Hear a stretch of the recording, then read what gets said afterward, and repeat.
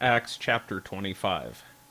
Now when Festus was come into the province, after 3 days he ascended from Caesarea to Jerusalem.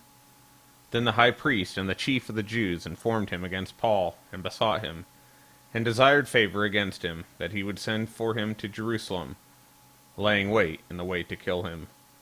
But Festus answered that Paul should be kept at Caesarea, and that he himself would depart shortly thither. Let them therefore, he said, which among you are able, go down with me, and accuse this man, if there be any wickedness in him.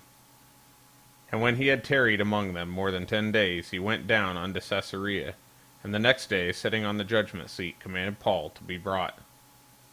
And when he was come, the Jews which came down from Jerusalem stood round about, and laid many and grievous complaints against Paul, which they could not prove.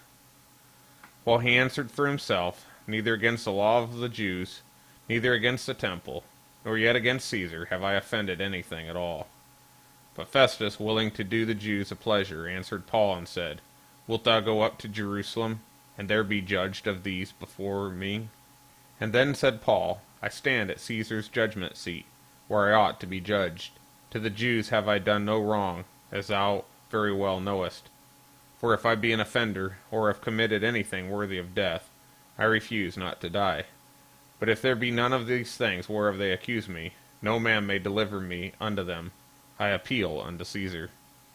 Then Festus, when he had conferred with the council, answered, Hast thou appealed unto Caesar? Unto Caesar thou shalt go. And after certain days King Agrippa and Bernice came unto Caesarea to salute Festus. And when they had been there many days, Festus declared Paul's cause unto the king, saying, There is a certain man left in bonds by Felix, about whom, when I was at Jerusalem, the chief priests and the elders of the Jews informed me, desiring to have judgment against him.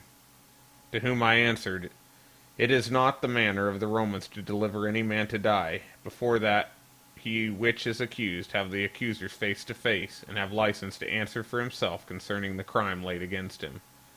Therefore, when they were come hither, without any delay, on the morrow I sat on the judgment seat, and commanded the man to be brought forth. Against whom, when the accusers stood up, they brought none accusation of such things as I supposed, but had certain questions against him of their own superstition, and of one Jesus which was dead, whom Paul affirmed to be alive. And because I doubted of such manner of questions, I asked him whether he would go to Jerusalem, and there be judged of these matters.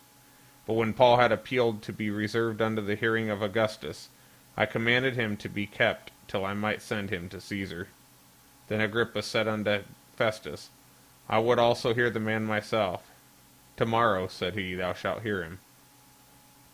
And on the morrow, when Agrippa was come, and Bernice with great pomp was entered into the place of hearing, with the chief captains and principal men of the city, at Festus' commandment Paul was brought forth. And Festus said, King Agrippa, and all men which are here present with us, ye see this man, about whom all the multitude of the Jews have dealt with me, both at Jerusalem and also here, crying that he ought not to live any longer. But when I found that he had committed nothing worthy of death, and that he himself hath appealed to Augustus, I have determined to send him, of whom I have no certain thing to write unto my lord. Wherefore I have brought him forth before you, especially before thee, O King Agrippa, that after examination had, I might have somewhat to write. For it seemeth to me unreasonable to send a prisoner, and not withal to signify the crimes laid against him.